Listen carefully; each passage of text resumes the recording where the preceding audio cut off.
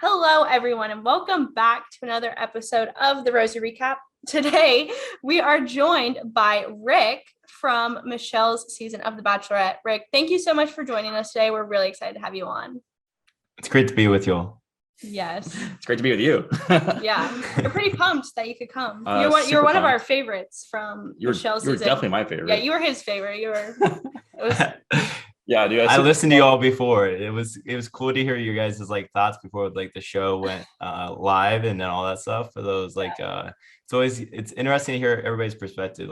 Some of the guys, obviously, I think contestants in general get mad. If they're not portrayed as a good person or whatever without anybody knowing it, but it's they're just, I don't know. I just find it intriguing, trying to figure people out and things like that. So I thought that was fun. I'm glad you say that because I know I said you looked like a villain. I know I was like, this guy's gonna be the villain, and you weren't.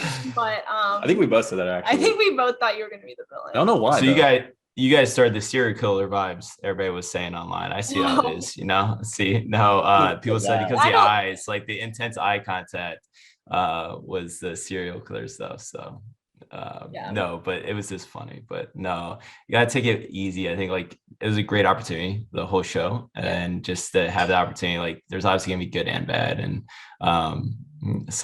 there's always gonna be somebody that has a good opinion and always somebody that's gonna have a bad opinion. I feel especially going on something like that. So yeah, totally. Yeah. So when we first saw you get out of the limo, you were instantly our favorite just because of your entrance and everything. But I feel like the show only kind of showed us your funny side. We didn't really get to know on a deeper level. So what's some facts or stuff about you that you would like for people to know that you didn't get to say on the show? I think I think it's unfortunate that the audience doesn't get to see more of the contestants, more of their whole selves. I think you could say that with a lot of the people that are on the show every year. For me, I enjoy joking around, being sarcastic, living life lightheartedly. But I would say also I think I enjoyed my friendships I created on the show as well. I think a lot of it was me focused on the show, which is very true. That was my purpose of being there. And it's one of the reasons I try to avoid as much drama as possible. But then I think I created really great friendships with a lot of the guys and was able to do a lot of meetups and just hang out with them since the show has stopped airing. So I think it's just I try to live it every day and enjoy it to the most. And I think that a lot of that has to do with your relationships. And I think it showed me obviously focusing on one, but I really enjoyed meeting those guys and creating the friendships I did. Yeah. It seems like a lot of people come away from the show with just a bunch of really close friendships out of everything, honestly. Yeah, for sure. I mean, and I think the one thing that's really unique about it is you always have people from so many different backgrounds and so many different industries and just all over the country. And so to have friends that you're going to be close with for a long time from so far away, and just from so many different backgrounds, really opens up your eyes, but also just I think helps you become a little bit more wholesome, I think, and just have a better idea of it's hard to picture what other people grow up or the journeys they go through without knowing people like that. And so this gives you an opportunity to know people from completely different backgrounds, different journeys. And I think this helps you grow. So yeah, it definitely does seem like a really unique experience that not a lot of people get to be a part of. Yeah. But what always try to be thankful, right? Yeah. Yeah. What has life been like for you since post-show, since you got back? Post show went back to medical sales, working for a company, and I specialize mostly with orthopedic doctors. And then I moved back to Chicago. I grew up in Ohio originally, but I've lived in a lot of different cities. I lived in Chicago before I moved out to Los Angeles about 4 or 5 years ago, and I decided to move back to Midwest. I missed the Midwest a lot. And then outside of that, I was able to do the Bachelor Live on Stage. I was invited to do that with Becca, and that was an amazing opportunity. I've never been on stage before, and I'm sad for the people that had to watch me dance and lip sync, but it was a lot. But I had a lot of fun meeting Becca, Thomas, and a lot of other people, and just having the opportunity.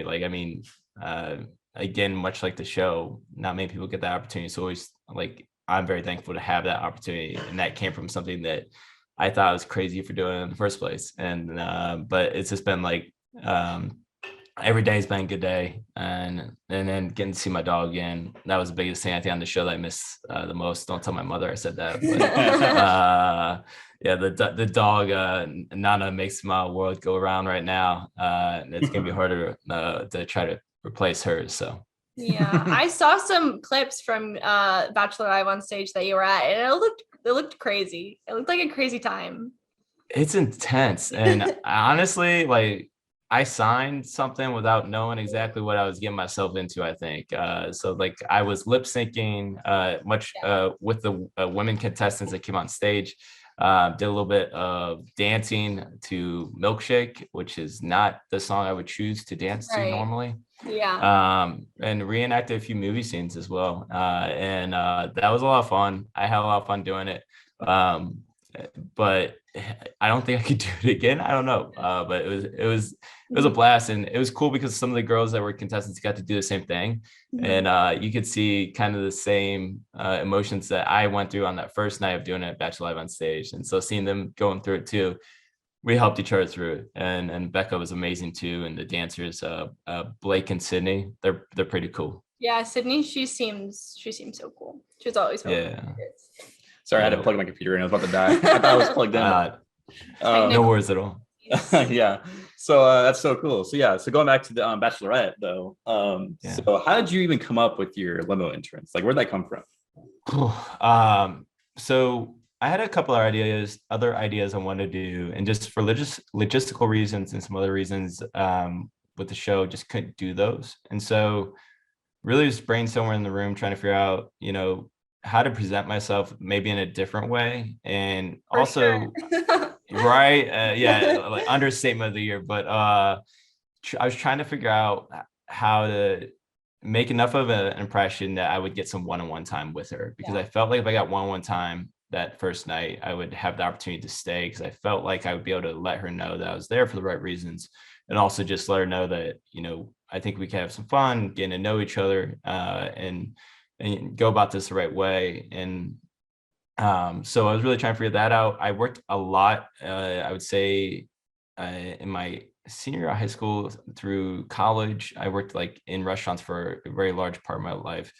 And like some of the ways you would introduce food or bottles of wine or other things, age and other things.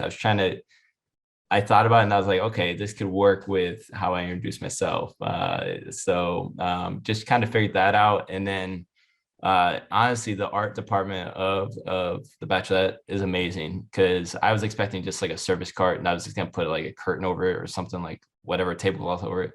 But they went all out, and I applaud them 100%, because what they did, they were a lot more creative than what my mind was coming up with in my head. And so that was probably both for good and bad, honestly, because I was so hungry looking at all the food around me and the alcohol, They were like, "Oh, Rick, you want to do a underneath the table thing, huh? Well, we can set you up. No worry." We can do that. That's like, I feel like when James did the box, he probably was like not anticipating being in the box for that long. No, but yeah, I didn't mean to cut you off, but like that was the thing I probably didn't think about the most, is like about the interviews that you're going to do afterwards. They're going to want you to, like, if you do get one time, obviously they're going to want you to go in that. And it added up to being a lot of time in that situation. Let's just call it that. But like knees and hips were sore as hell the next day. That's for sure. Did they let you go to the bathroom? Yeah, like if I needed to go, they would let me out. They let me know, like, hey, you want to maybe get back in there? I was like, no, not really, but okay. Well, like the whole thing is that like if you just did that for your limo entrance, then like right when you got inside, you took it off, it would have been like, oh, that's kind of lame. But the fact that you were in there for that long, like the commitment is what I think is what made it really good. Yeah, the commitment level was perfect. You gotta commit. That's you gotta commit. 100%. And that's what Michelle said. She said like she appreciated the commitment. And I just wanted to show her that, like, hey, like I'm all here. Like there's not one part of me that's not like ready to like give this the best shot. And I think she appreciated that. So, and honestly, like Michelle's doing awesome. I'm happy for her. So, but like it was a great first impression. Maybe like not open up my eyes as wide next time, where it looks like, you see more white than anything else. But for the next time, I took down some notes. That was the best part though. It was Yeah. we were literally like, this is the best guy ever. Like, this is so funny. I was nervous as hell, honestly. I don't think I thought about it like seriously through well enough until I got in the table, and it's about like they're like 3 seconds until she picks it up or whatever. I could hear her like nearby. I was like, oh, this is probably not my best idea, but just had to go with it at that point. Do you think it was more or less nerve-wracking being inside a table in night one? I think more because I was afraid for my safety as well. You never know. Her lifting up that Yeah, you lid, can't trying to breathe. scare her. Like I was thinking about she might slam it back down.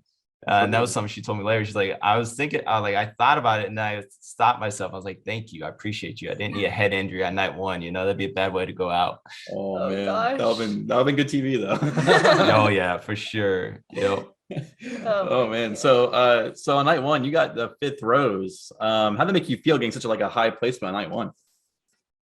Yeah, I think like on night one, that's probably the most, it's one of the more nerve-wracking nights because of the not knowing where you stand. Like you have no idea where the lead sees you. Because you think your one time, if you got one time went well. I thought it went well. But also you don't know how other people's one time went, and you don't know how other people's first impressions went. I think like that's the hardest thing throughout the show is you can understand how your time went and think how your time went, but you still have no idea how everybody else's time went. And so that first night, like getting a rose somewhat high early on, it was a great feeling. I am like a person of others though, and there was people I liked that, like guy wise, that I was like rooting for, like to get roses as well. And I saw the Apple guy, Rodney, get one of the last ones. I was like, man, she got the Apple guy. I was like, wonder what he said. But then obviously Rodney's like heart and just his personality came out. It's so hard not to like Rodney. But I remember that night thinking like, what did he say to get her around that real thing? Because he didn't know what type of apple he was. I was like, how is this possible? And like people found out about that. But I was like laughing about it myself. But then I mean, after that, everyone fell in love with Rodney. So, but I just remember that being one of my first thoughts. Yeah, she was like listing off apples. She's like, are you this one, this one, this one, this one? I was like, I don't even know any of these apples. He picked the only one that wasn't a red apple. Oh, he did? Yeah. Yeah, I think he picked he said it was a Granny Smith, I think. Yeah, Granny Smith. That's green. They're all green. Yeah. Well, I think the best part of the whole show was him mistaking pizza for lasagna. Yeah. That was pretty and he licks his lips more than anybody we know. So we always like to joke with him about it. Like every time before he talks, he licked his lips, and we always like joke with him about it. I don't think I noticed that. with Michelle. Rodney, I'm so sorry for saying that out loud. My bad, man. We have to rewatch. Yeah, we'll have to rewatch the it. tapes. Yeah. Did you find it easy to connect with the guys, or was there more of like a tension since they were competition of sorts?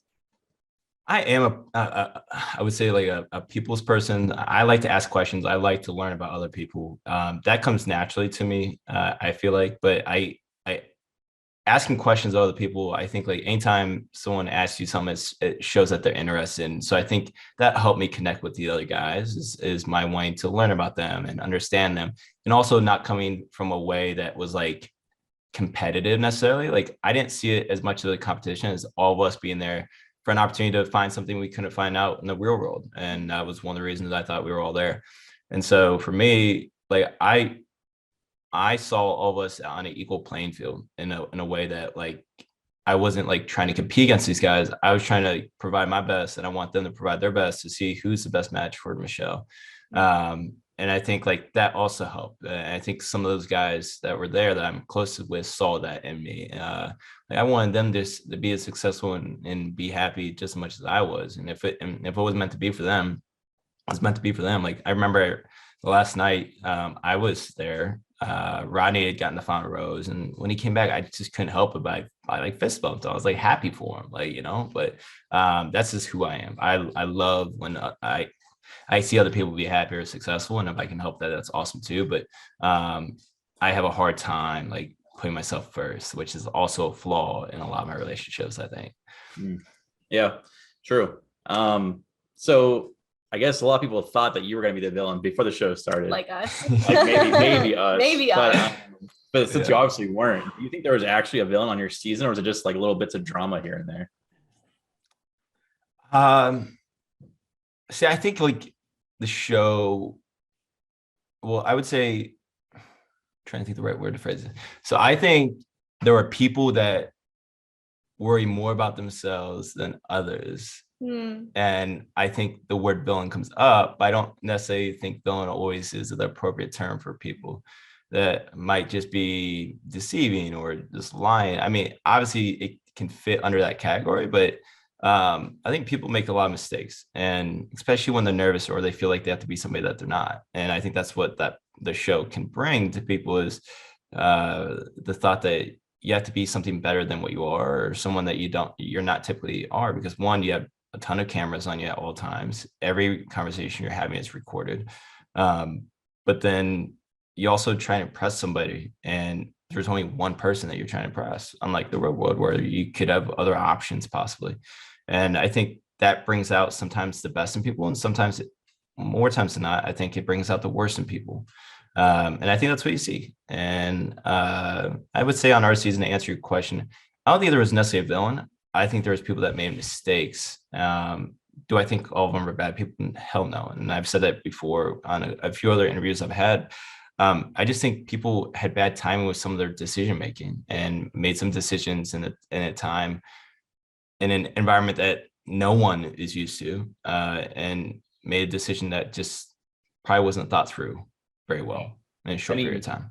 Anytime you're on TV like that, like on a reality TV show, you're put under such high like scrutiny all the time, you know. So there's bound to be people who they like in the moment they think it's such a small thing, but everyone sees it as a giant thing because you're portrayed in a certain way and you're scrutinized very closely. So and everyone can just start talking about you all across the world. On social media. And there's no one's used to that. They're It's never getting used to that. I feel like I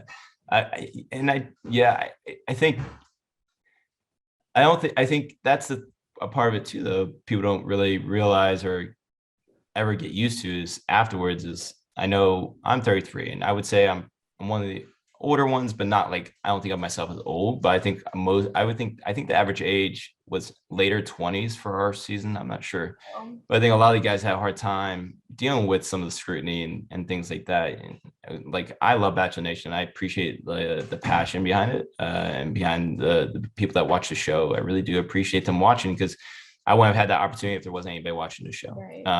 And I take in everybody's opinions. I really do, like whether they're positive or negative. Everyone's gonna have their opinion. I just think a lot of the guys had trouble with the negatives, because it takes one negative. You can have 10 positives and one negative. I think some of the guys had a really hard time with that one negative. And also, it's sad that our world kind of lets it be okay for the things that are said to the extent that they're said. I think it's awful. Like, I know Jamie got some terrible things said his way, and like, whether you agree with Jamie with what he did, what he said on the show or not, I don't think it's ever right to say some of the things that he got. Let's put it that way, and some other people too. But also, like, I think like, if you wouldn't want those things said about you, why would you say them about other people? And I think that's something I wish people would reflect more on, because even the people that are on TV, and you look at them as celebrities or whatever you want to look at them at, even though I think everyone on the show is now a celebrity in my opinion. I'll take like, right. I still feel like I'm the same person I was before, but just good. More people know my name. But I would say, I think like, it's just, people are people, and we all deal with that type of stress. We all deal with that type of anxiety, especially when someone says something about us or our families that, you know, just hits low, and you don't even know who that person is. So you don't know where to find that person and ask them why, you know, except for like on a social media thing. So I just think I wish more people would take that into consideration when we're going after people that we might see on the show doing something that we don't like. I'm not saying that those people were right that were on the show that might have done something that was negative or that kind of thing. I just that was one thing I took back from the show. I think I was like, man, I wish people had understand that these are people and we all make mistakes. Unless you're perfect, you probably shouldn't be saying something yourself. Yeah. I mean, I think people just forget it's literally just a TV show at the end of the day. Like, it's reality TV show. But then I make my own mistakes. And I I talked about Clayton a little bit on his season. I just said that I hated how he played the victim. And like, I think like it's okay to make certain comments, but like, and give your opinion. But I think like I gotta even be careful about criticizing others. I think sometimes too. everyone does it, and not everyone should do it. So it happens. It's just a level, like knowing how far to like, what's the line? Because everybody has a different line. Trying to figure that line out. I think For sure. Yeah. Well, let's talk about your Yeah. with Michelle, because that's really what we want to know. You did receive a one-on-one date, which is really cool. Not a lot of contestants get that. How was that for you? It seemed like really emotional. A lot of things came up. Was it hard to be that vulnerable, like with cameras around, with someone you didn't know super well? Like, talk us through that. Yeah. So the one-on-one date was actually right up my alley. I loved it. The reason I loved our one-on-one date so much was we didn't need a lot to make us feel comfortable around each other. Like we didn't have like anything fancy or anything like crazy planned. We were literally in a national park hiking, and like that was amazing. And it was a great day. A day I'll remember for the rest of my life for sure. Like, and I think I felt really connected with her on that day. I remember just like at that one date made me feel like I'm all in. I'm gonna give this like everything I have. I think you saw that in some of the vulnerability at night with her that I had with her, talking about my dad and talking about some of the things that had happened. I think for me, it's not easy to open up. I have actually never like talked to a significant other about my father, at least in that much detail, as I did with her that night. And then also obviously with the country or whatever, that I didn't realize. No, I realized, but like, but I think you all could see like, when I started talking about my dad, like people were wondering why I was whispering is because I didn't have any breath like in my lungs. Like I got to a point where I couldn't breathe and I couldn't get anything out. And that's why I was basically whispering to try to get out. Cause like if I wasn't whispering, I was going to be crying in the next moment. And so I was just trying to get through what I was trying to say and try to get done with it. But it was easy with her. She listens so well.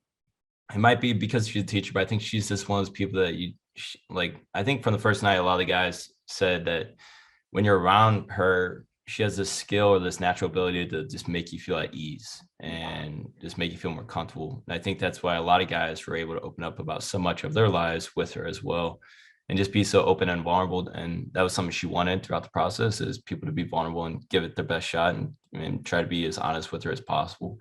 And for me, I felt like that with her. And there's not a lot of people with that skill that's just, or that natural ability to just put someone else at ease, just being with them. Not even saying anything sometimes. But she has that ability, and I was able to open up. And that one day was it was a really special day. I mean, and also who has Andy Grammer playing for just them and able to dance with them? I was like, I still have those 2 songs he played on my Spotify. And I don't know, like he was awesome about it. The whole band was awesome. And she was fun. I mean, like, I wish her the best. I want her and Nate to have the best of life together, but I'm still gonna hold those memories like deep, so, but like I cherish those, and those are just moments that I'm always gonna look back and just smile on, no matter who I end up with, but like those were great moments. Yeah, it seemed like a really cool date. Just overall, like it looked like a lot of fun. I couldn't have asked for anything more. Let's like put it that bungee way. Jumping or something crazy. Like, Heck no. Well, so she played a joke on me, her and her producer that was with her that day. Like, so my card, I think, said something like sky's the limit for love or something like that. And that would I'm definitely so bad. I was like, no. People were like, why are you not excited about your date card? I'm like, I hate heights. Like, I'm telling you right now, I'm not jumping out a plane. I'm not bungee jumping. It's not happening. I don't care. Like, I will give up that one date. I'm sorry, Michelle, but you chose the wrong date for me. Like, it's not happening. I got to the location of the date, and I got a car, and she's like, so you ready to jump today? I was like, I'm not jumping. I'll tell you right now, it's not happening. No way. And her producer, so she yells over her producer, like, hey, Rick's not going to jump today. And he's like, well, do you want to go back to the hotel now? I was like, if that's the way it's gotta be, I'm ready. Like I'm not jumping out of a plane or jumping anywhere. Like this is not happening. And they teased me the whole day. Like eventually we're gonna go somewhere and jump. I'm like, don't mess with me. This is not funny. Like that's like I have it so bad sometimes that like on second floor or third floor mall, I can't walk near the railing. It's I don't know what it is with my mind. I just can't do that. Yeah, it's weird. It's a lot. I love that because that's like exactly the way I would be too if I was in your shoes. Oh man, no, and I'm sorry, but there's certain limits. That or like being like, show fear factor like with snakes sometimes and stuff like that. Just don't put me in a tank. Oh my gosh. Like on that show, Rick. I've had nightmares. Nope, not happening. Nope. ABC is family friendly, I was told. So true. I mean, would you rather eat like a roach or jump out of like a helicopter? I'd rather eat a roach. 100%. Depends on how high the helicopter is. So if there's water to jump in, I think I could do it. I'm not sure. Like maybe not. I don't know. Like maybe just close my eyes and hope for the best. Who knows? Well, that's just it. I mean, hey, sometimes that's reality TV shows. I like that. Well, Rachel on Matt James' season, she almost died jumping out of that plane. I remember that. Yep. Like they say, like, oh, you're on TV, they can't afford for you to die. They don't know that. They don't know if you'll die or not. True. I mean, hey, every time you jump out of a plane, there's a chance of you dying. Exactly. I don't trust it. Tomorrow's not guaranteed. So why lessen that guarantee a little bit? Like why I don't like. God bless the people that jump out of planes, but I don't understand it. I don't like. I can find fun things to do with my 2 feet on the ground. There's plenty of things to do. Plenty of things. There's so many things I'd rather do than like. I mean, there's plenty of things that get my heart racing as it is. Like, I don't need to jump out of a plane and do it. And God bless you if you do it. But I don't understand. I'll never understand it. I'm sure just driving your car in LA was enough to get your heart racing. Yeah, right. I drive a lot. I'm used to driving a lot, but LA got my heart racing. And not many people would see me really angry, but definitely people that drive by me do. Yeah. Yeah. We live in Tampa. It's kind of the same way. Yeah. I mean, I'm sure it's not as bad as LA. I love Tampa. It's a good city. Yeah. It's a good place. Yeah, come visit. Yeah, but the traffic is bad, and people seem pretty angry on the highway too. A lot of people moving your way too, right? Tampa. That's part of the problem, I think. Go back. Yeah. Right. Yeah. So all right. So we talked about your one-on-one, but you also went on some group dates. So what were your favorite group dates that you went on? Well, it definitely wasn't the last two, which was on a farm, and then the other one was at Minnesota Vikings, where we thought we were going to play football. The ultimate Viking. And then those guys are not on my friend list, that's for sure. But group dates, I'm trying to think. So there was the school one, I think was the first one where we're with the fifth graders answering questions, that was so cute. Which I was deeply afraid of being the worst one there, but thank God I wasn't, I don't think. And then what was the one after that? We did. What did we do after that one? I'm trying to think. We had the school one. What was the other one? I'm trying. Oh,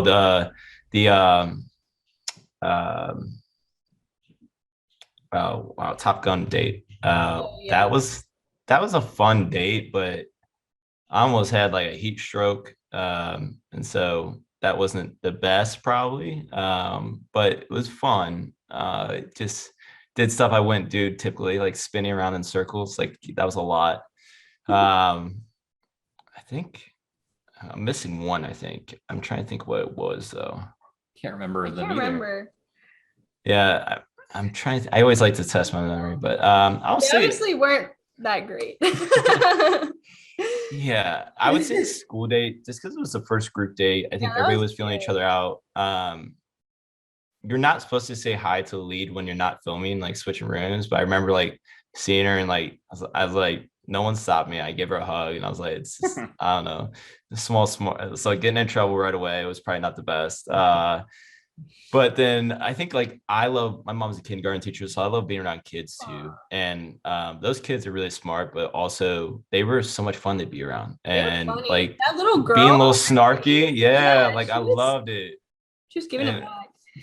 I was like, Peter, like, man, it's just like the old days, huh? I was like, damn, I'm getting yelled at left and right. But it was a lot of fun. And then Romeo helped me out with the science experiment. He finished his first, and then his exploded on my sheet with the directions, so I couldn't read it anymore. So I was like, Romeo, hey, you help me. like see all of it. That's nice. But it was a fun date, and it was just like it was a good time. Like, and I think that being so fun, like that first group date, really added to the enthusiasm for me, and just like excitement of being there, and just really getting like my 2 feet wet, like just like jumping right in, and just knowing that like this is where I want to be right now, and like knowing that this is an opportunity that I want to take full advantage of, and just see what happens. Were you on the like slumber party boxing? No, No, I didn't think so. that was the week my 1-1 was, I believe. Oh, okay. Oh wow. So But I was yeah. gonna ask. I thought the one where she was like ignored by the guys, and she was all sad. Yeah, well, I mean, so I think I always had it in my mind what my purpose was for being there, and it was like if I had like if Michelle was in front of her in the same room, I want to make sure she knew that I was paying attention to her and that I was interested, and make sure that like I want to use every moment possible. And I think I'm confident, but like I have a certain level of confidence, but I also would say though that I don't have that confidence where I feel like, in my opinion, that it's like cockiness and things like that. I think certain people's confidence levels are higher than probably mine is. And I think when you cross a certain confidence layer level, I would say you almost, the awareness lessens maybe. I don't know, in regards to like what your surroundings are, what your environment is. I wasn't there on the date, but I just know that if I was, I'd probably be trying to be next to her, like attached to the hip until she told me to get away. Just because that's why I'm there. That's why I was doing that whole thing, is to make sure to see if there was an opportunity or see if there was something there. And if she was in the room, I'm definitely going to be as close to her as possible, or just at least trying to interact with her as much as possible and learn about her and have her learn about me. Yeah. Makes sense. Yeah. I mean, yeah. The only thing I missed out on was a big teddy bear. Like that was one sad thing I didn't get. It was like I won one of those teddy bears. Yeah. But the only thing I could think of though is after the fight, it's pretty sweaty probably. So I probably don't want one, but who knows? Yeah. Yeah. Maybe not thinking through it. Maybe not. Probably it's a bad date to be on, honestly. Bad pajamas too. Like I can't only imagine the outfit they would picked out for me. I'm like, no, thank you. Like I show up at a table, I can't only imagine it's like something from some cartoon movie that's just gonna be terrible. They're like the art team's experiment. They're like, what can we do to Rick? Yeah. Yep. No, they helped me out a lot. They made it good, you know? Yeah. Yeah. True. It'd be like a whipped cream bikini or something. Do you feel like you could have made a genuine connection on a group date, or was it just like so much opposite of an actual date that you didn't feel like you could was make a there connection? too many people there, or did you actually like get time with her? Yeah, that's a good question. I think there's opportunities to have your time, but you gotta, she's receptive of the effort that's given forth. And I think like on the Top Gun date, that was very like obvious to me, is like Martin, I think in between filming set, like part of the filming, went up to her and just started a conversation with her, because that was the day after she had addressed the group, I think, about just paying more attention to her. I think it was after the rose ceremony the night before, after that my 1-1 date week, and then that group date of the sleepover. And Martin went over to her at the Top Gun date, had a conversation with her, and she was very appreciative of that. And I think he got the group date rose that night. And so it raised, like, it was very obvious to me. I think you can make a connection. It's obviously not the same as a 1-1 date, but I think the lead might, whether, like, let's say we're talking about Bachelor or Bachelorette, I think the lead might weigh it more if someone's making an effort on a group date and you two are able to connect. And I think it's because the effort that's being you got to continue to make effort. I think it's such a short period of time. You always got to make effort and make use of every moment that you have. And that's the same with life. Like, you got to make use of every moment you have, because like we were saying earlier, tomorrow's not given. So what are you going to use today for? What are you going to use this moment for? And I think on group dates, in that environment, you have to utilize it. And I think you can make a connection. I did, like, on that first group date of the school, I did feel a connection with her. Like, I was trying to make eye contact as much as possible, try to flirt with her from afar and joke around with her. And I think she recognized that. And I think you can. It's just, you have to be open-minded that you're not going to be the only one that gets attention. And the longer I was a part of the journey, the harder it got. I had a very tough time on the last 2 group dates. And that was after the one date that I had. And I think that was part of it because I had felt such great feelings towards her after the one date. But then by the time I had, right before I was about to go home on those last 2 group dates, I had noticed that she was making more of an effort with guys on group dates with certain few guys than she was making with the rest of us. And it didn't matter how much effort I was putting forth. I could tell that the connection was better with a few of the other guys. And that was tough, especially after one date where I felt really good feelings and feelings I haven't felt in a very long time. And I just knew it was my time to go. And so when I didn't get that rose, I was okay with it because I could tell that she had a strong bond with the guys that were remaining. And I was happy that I had that opportunity in the end. Yeah. So you weren't really surprised when you didn't make it to hometowns? I was like 50-50, I would say. Mm-hmm. I could see the writing on the wall, but I would say I felt like I saw the connection with 3 guys, which ended up being the top 3. And I just didn't know if she was I did feel like it was between Rodney and myself. I just didn't know if she felt my energy, I think, because I think she could sense, especially on the last group date, which was the farm, that I could sense that it was just obvious that she was literally going up to other guys and making an effort when earlier in the show, she complained about those specific guys not making an effort. And so I was upset with that. And so that was really frustrating. But also, if you're connected or you're interested or you're attracted to other people, you're attracted to other people. You're drawn to those people. Like, it wasn't like she was doing it consciously. I think she was doing it more subconsciously than anything, because she knew that she would have to make an effort with certain people more so than those guys were going to make an effort towards her. Mm-hmm. And if you're more attracted to them, that's fine. Like, that's what I saw. Like, I just felt like the connection between those people and her were stronger than what ours was or what ours could be. Yeah. So I didn't think it would have made a big difference, even if I made it to hometowns. If she met my mom and my brother, I didn't think it would have made it a big enough difference where I would have made it even further. So when I went home, I was thinking afterwards, I was like, okay, this is okay. Yeah, but that's not the last we see you on the show, because you came back for the Men Tell All. Yes. And you even got a hot seat, what was that like for you, getting up there and, reliving that journey in front of everyone, getting to talk about it? It was tough. Cause my mom was like so upset that I was on the show. Like, she was like, why did you do this? That would be my mom. My mom, like, I always joke with my mom, I'm like, I'm going on The Bachelor. And she's like, no, you're not. Right. Exactly. Like, my mom, like, old school Catholic woman, like, she's awesome. Small town woman. Like, she's awesome, very supportive, but she just was like, I can't believe you did this. And it was like all the warriors in the world,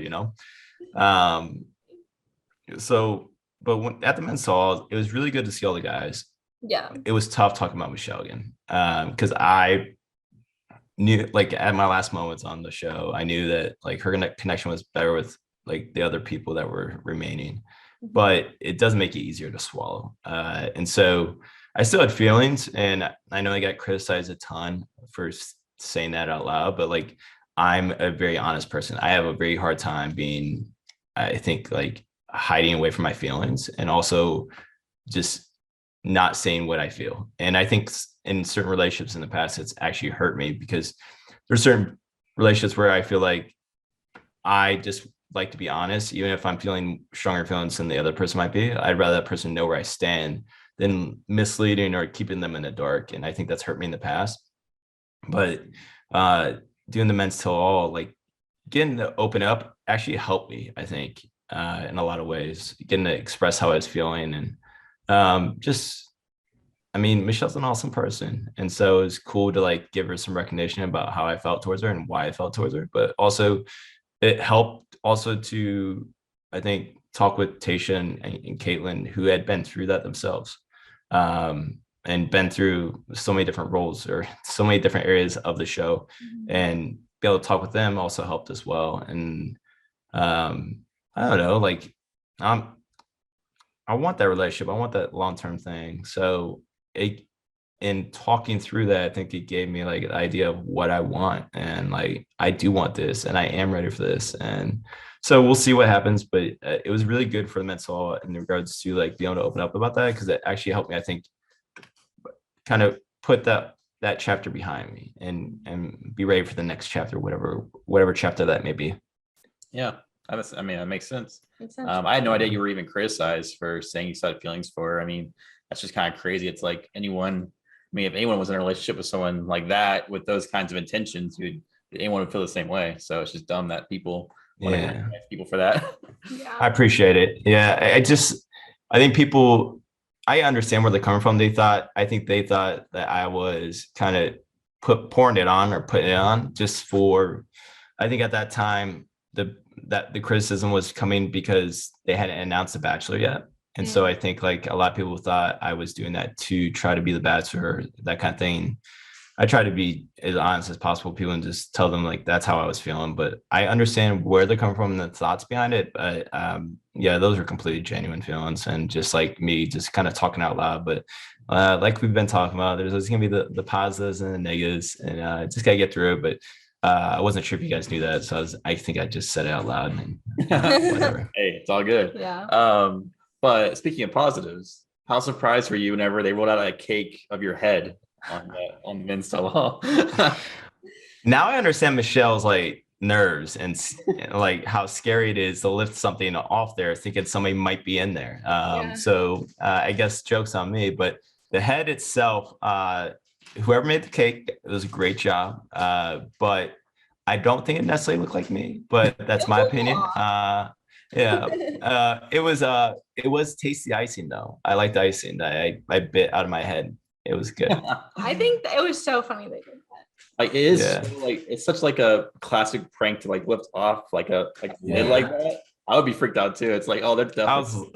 I was like, do I have to do this? Like, all right, I understand, because I thought that might be the way Michelle's coming out. I was like, oh, this is not so good. That's what I thought they were gonna do. Why did they not do that? Missed opportunity.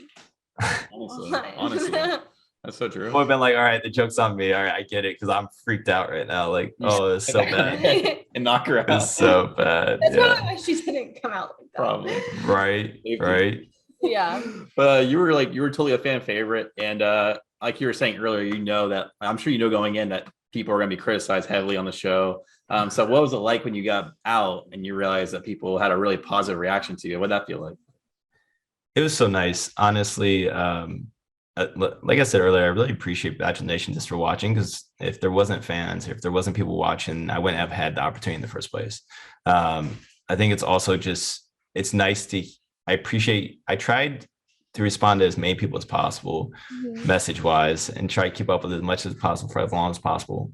Just to be like, message as many people back.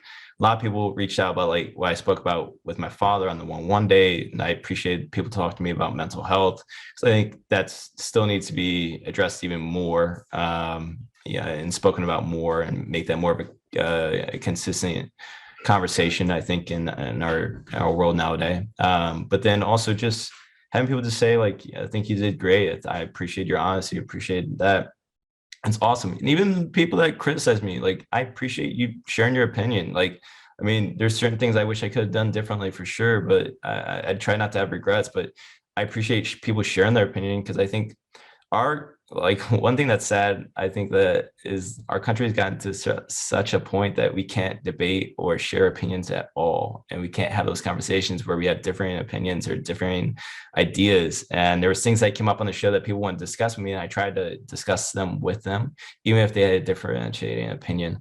I just so it's kind of a lot of things on that show related, I think, outside the show for me, but it was great to have so many people reach out. And it's just, I grew up in a town called Monroe Falls, Ohio. No one knows where it is, really. Hardly people outside of that within 15-mile radius know where Monroe Falls is. And so for me, I still feel like the guy that's from Monroe Falls, Ohio. And I still try to be that same person as much as possible, but I also think there's an opportunity for me to do some good with it as well. So I've had some ideas that I think I want to try to pursue over the next few years, that I could take advantage of the platform I have now to really do some good, but also obviously I want to help myself. I have student loans, but I think there's other things I could help out with as well. Like I think just help the greater good and things like that. And that wouldn't be possible without the fans and the people that watch Bachelor Nation. Oh, True. glad to hear it. I did see people tweeting Rick for Bachelor. How did you feel about seeing that? Like, is that something you thought like, oh, maybe I will be the Bachelor? I don't, if that day ever came, I would think about it then. But I think like for the people that were tweeting it, I appreciate them, because I think that tells me that I have attributes that they think would make for a good lead that would represent Bachelor Nation. And I would love that. I would, if that opportunity came, like it's less about the Bachelor as much as it is, I think like just I appreciate the comments, I guess, and more so like them thinking of me as a lead or potential as a lead. And I think like that's awesome for someone to say that, just because I think it takes a lot to be the lead and also do it in a good way. Yeah, talking about the lead, people kind of found out that Clayton was going to be the Bachelor before your season even aired. So is that something like you were like clued into, like, oh, Clayton's going to be the Bachelor? Did you know Clayton really well? Were you good friends with him in the house? And like, did you know how far he went? Was this something that was like surprising to you, knowing that like nobody even knew who any of you were yet? Yeah. So Clayton getting announced, like I think we all found out when everyone else in the world found out, at least contestant wise. Yeah. Clayton went home the same week I did. I think the week I went home, we went from 8 to 4 with Martin being asked to leave at the group date, I think, and then Clayton going home on his 1-1 date. And then we went to the Rose Ring with 6. And then from there, later on, obviously we found out, I think it was even after the men's all for us, that it was announced. I'm not sure. But Clayton was announced that he was going to be the Bachelor. I think a lot of people were surprised, because even in that, like I was friends with him in the house. I think he was like from what I knew of him. And then he seemed like a good person that wants to be a dad and a husband. Comes from a small town, it sounded like, and things like that. So it wasn't surprising, I guess, that he was going to be the Bachelor. I think the surprising part was we didn't know much about him, honestly, being around him that much, other than like he had played some football in college, and then that he was from Missouri and that he went to Mizzou. Outside of that, like didn't know that much about him, honestly. And so I think like, I don't know, good for him getting to be the lead, and he found somebody, so that's good too. Yeah. Did you watch Clayton season? I did. What'd you think of it? I mean, it is a hell of a roller coaster, that's for sure. It was entertaining, that's for sure. I really liked it because I like those like chaos seasons. Right. But it was a lot. The funny thing was, in the house, I thought Clayton was a pretty smart guy. We both do medical sales, and I think like he stressed like taking responsibility for things, and then like being responsible and things like that. And I think he was one that didn't believe Joe and Michelle knew each other beforehand, and I think that came out a little bit on the show, which stressed like being responsible and being honest. And I think on his season, the things I have an issue with, I think on his season was, one, he was honest when it was beneficial for him. And he was honest to a certain point where he knew where it'd be good to be honest and where it wouldn't be, and how far. And then the other thing I have a problem with is, for all the things that he was kind of attacked about or like criticized about in regards to like what happened on the show, he blames producers behind the scenes. Like everything I've heard from the people that spoke to him, he blames producers for everything. And I think that is the exact opposite of what I heard from his mouth when I was on the show with him. And you can't not take responsibility for the things that came out of your mouth and for the decision you made. No one can force you to do anything. I don't care what a contract says or anything. Like no one can make you do something. Like and like unless they have a gun to your head. I mean, no one can make you do anything. And for him to blame producers for everything and not take any responsibility, like he has given whatever apologies you want to call it, but behind the scenes he blames producers for everything. And I think that's pathetic. I think it's just sad. I think and I think him also playing victim against Susie and then making excuses later. The one other part that comes to mind watching one of the last episodes is when the part where Gabby asked him, how would you feel if you were in our shoes? Yeah. And then he basically gives her a death glare and basically looks at her like, how dare you ask me that? This is my show. That's what I read from his mind. Like, I mean, obviously that's me reading his mind, but he wouldn't even answer the question. It's like that was the biggest issue I think he ran into throughout the whole show was his inability to put himself in someone else's shoes. Yet he had no problem doing it on our season. That's true. I think points. It just kind of seemed like a little bit of the Bachelor ego kind of got to him a little bit towards the end. And I think that just kind of his downfall. But kind of switching gears, about all the girls in that season, did any girls in that season stand out to you possibly as anything you'd be interested in pursuing? I think he had a good group of girls, honestly. Like, I think he had girls that were there for the right reasons, a lot of them. I think he had beautiful women too, obviously, smart. So I'm trying to think. So I know, I'll put you on a spot here. I know, right? It is The Bachelor. Yeah. I know, right? I think Serene is a great option for that's a lot of the guys have said, because I think one, she's smart, she's good looking, and she's committed to find somebody serious. I also appreciated her brother and just like their connection. I think Genevieve is like, I don't know much about her, but I think she could be an interesting person to meet sometime and just speak with. And then I don't know, there's a bunch, like Eliza is interesting to me. I think like Kate was cute. I thought there's a lot of girls on his season that are very interesting. And like, I don't know, like I'm very much a person that like has to be in front of somebody and have that conversation. And I either feel it or I don't. And I know quickly and usually, and it'd be interesting because I really haven't spoken to any of them ever in person. So we'll see if an opportunity comes my way. I have to say, I just did an interview with Jill Chin. Yeah. I think you guys would be a really cute couple. I really do. I was telling Bracken, I was like, look, Rick and Jill, I could see it working. She did say that. So I think if you two maybe find yourselves on Paradise together or something. Or Wait, what's that? Huh? What's that? Yeah, he doesn't know what that is. You'll find out.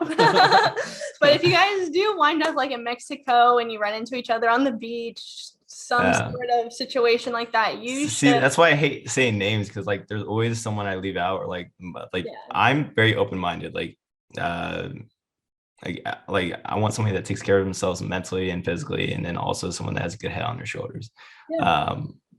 I make it sound simpler than it is because I'm picky as hell, I feel like, but we'll see. You know, I mean, I'm open-minded. I'm just looking forward to meeting some new people and just seeing if there's any potential. And if that happens in my nearby future, let it be. I'm all ears and I'm open for it.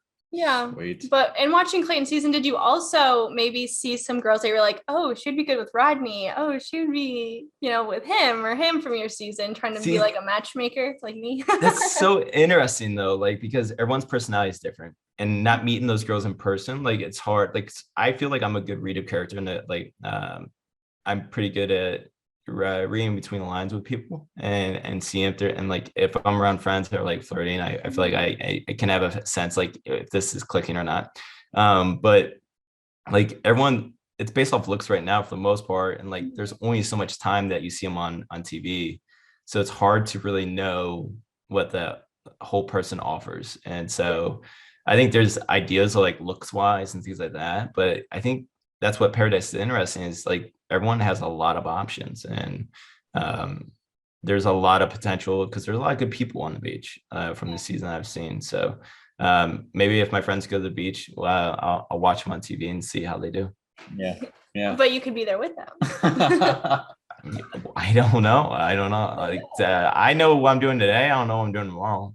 Hey, Honestly, one step I at a feel time, that. one day at a time. No, Paradise is just my favorite of it. Like, It's fun. Paradise It's is fun to way watch. too ahead. It is fun to watch. Yeah, but speaking about the guys, I do think, like we talked about earlier, that the cool thing about the Bachelor shows is that more times than not, you leave with a different kind of relationship, is that's a bunch of friendships. So, like, have you stayed close with those guys? Who are like, are you closest to? They get to see a lot. Yeah. So Brian Witz, who was a night oneer, but like he is an awesome guy. Him and I have hit it off in Chicago. We've hung out a lot. I love Leroy. I like Daniel and I are close. Casey is the man in Miami. He's hilarious. Yeah. So we always like send each other gifts all the time and just like messing with each other and just like make each other laugh every day. So I hope I get to see him soon. Brandon's awesome. Obviously, let's see, Rodney, obviously the man. Yeah. I like Will. There's so many guys I'm close with. Spencer, who's like my hometown guy, like from Ohio, Cleveland, Ohio. Romeo and I just saw Romeo a week ago, or a little over a week ago. I was in New York City for a little bit. It was great. Like I have so many close guy friends from our season, and I'm hoping that we stay close for a while. But even Garrett, who's a night one or two, like great guy. Like he's got an amazing background. He's really interesting to hear like what he's done throughout his life. There's so many people that are so interesting to me. Yeah. That's cool. Cool. Yeah. So speaking of those guys, we have some superlatives we want you to award to some of them. So first off, who do you think was the best chef in that house out of all the guys? Chef. Ooh. Like Who would be the best chef? Right? I can No. Yeah, someone had to cook it. You don't want me cooking. Same. Trying to think who would be good. Let's see. I know I'm really slow with this. I like to put too much thought into things. All the time you need. Yeah. I don't know. Like Malik, I'm really close with too. I didn't name him recently, but I think Malik probably is a pretty good cook. Yeah. I don't know why. I think he would be a good cook. I don't know why. But Oh, because you guys were in you guys were in the hotel. Hotels for most part, yeah. So you didn't have to cook your own food. Oh yeah, true. I should have thought about that before I wrote that Yeah, I didn't question think about that down. either. It's all good. It's all good. It's all room service, yeah. Yeah, but I think Malik would be a good cook. Like he would be too. we went down to San Diego for New Year's, and he's a great person showing us around. But I think he might be a great person to like. I'm sure he's got some cooking skills. I bet, yeah. Nice. Probably deep down. And I know there's a lot of long days in the house. So who is most likely to be keeping everyone entertained? Rodney in a second, no doubt in my mind. Like he knows how to sing, he knows how to dance, and then like he might do something that he doesn't mean to be funny, but then it is funny. Like it's just, that's great. Yeah. All right. So who do you think was the loudest out of everyone? Nate, no doubt. Yeah, I can see that. I can see that. Yeah, biggest and the loudest, but not in a bad way. Like he's fun to be around. Yeah. But he's loud for sure. Who is most likely to run for political office? Romeo. Oh. Romeo. Nice. Romeo. I think it'd be Romeo. I think it'd be Romeo, yeah. What's the guy's name that is the bartender on Paradise? Oh, Wells. Will. You know Wells. Wills. He looks just like Wells. I think Romeo looks just like Wells. Like just like him. Put two pictures next to each other. I don't think you'll think the same. Yeah. He knows him in real life. That's true. Take Yeah. his word. I haven't met Wells in person, but like maybe it's in the face, but outside the face, like I don't know. I have a weird thing where I think people look like other people. And they don't. And they really don't. They don't. I don't know what my problem is. Before you say out loud, always put the pictures next to each other. That way, you give yourself a second or that kind of thing. True. So who's the most likely to move to a new country? Randomly. Just out of the blue. Well, I guess it would be Chris, who lives up in Nova Scotia. Just because I think like, so it was cool to see him do like the I don't know if you want to call it poem or just like speaking. Yeah, the spoken word. Obviously he's phenomenal at it, but I think that career, if he continues to pursue it, he can move to the United States to a bigger venue or bigger area, depending if that's what he wants. But I mean, I know he's familiar, but I think that might be, in my mind, that might be the guy that's going to move to a different country. Yeah, he was really cool. I liked him a lot. I was sad that he went home so early. He's an amazing person. It just wasn't good fit, I think, at the end of the day, but he's got a huge heart. He's an amazing person. And he has I'm excited to see what he does in the future. Yeah. Cool. So besides yourself, who was the funniest guy in the house? I wasn't the funniest. I promise you that. It wasn't close. Like I make fun of myself. Other people in the house at least have different material, you know? So funniest guy in the house. I think Olu, actually. Olu or Casey. Casey's hilarious. Like, he's always ripping on people. Olu's got these small little things that he'll just say, and it just cracks me up all the time. And like, it's just great. Yeah. Like, and he might be trying to be funny, and there's other times he's not. But these little things that he just says, and you just like, Olu, like, what? Yeah, I was sad we didn't get to see a lot of him either. He seemed like a really funny guy. Yeah, he just gave off like a really cool vibe. You were like best with I thought he was gonna like win the show. Yeah. Like, I think we definitely might see him in the future. I just think like he was too much of a fan favorite, and also just he's a good guy. I think at the end of the day, he's a good guy. Yeah, for sure. Well, you get a good group of guys on your season. What do you think is next for you though? Like coming up? I have no idea, honestly. Like, I'm currently doing medical sales. During the summer, like, I don't know if anything's gonna happen for me or not. Like, if it does, it's great. If not, you know, it's okay. But as we stressed earlier, one day at a time. But I'm still trying to look for my person, no matter where I find her. But keeping an open mind and just. And one day it'll come. Hopefully she'll come, you know? Yeah, you'll get it, Rick. You'll get it. Yeah, we believe in you. There's no more tables in my future. Well, that was pretty funny. You did it once, right? You know? Now you have to move on to some other kind of furniture. It's like sequel movies. They're never as good as the first time, so I can't do it again. Maybe next time you come out as a waiter serving something. There you go. Yeah. I'll lay on top of the table. I won't sit in it. Like, that's fine. Or I'll sit on top of the table. One or the other. Push like the table out, and you'll just be right. Yeah. Progress out of the table. Oh no, they can put you like on like a mortician's table with like a cover over you. They roll you out and uncover you. That'd be a lot. That'd be a lot. That'd be a lot. Yeah. Do not do that. That's why you're not. That's why you're not. Just an idea. That's just an idea. It's hard to convince a girl to fall in love with a dead guy. Yeah.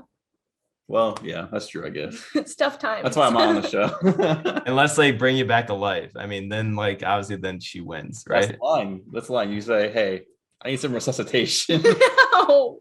I don't think you can talk if you need it. That's okay. Well, anyway.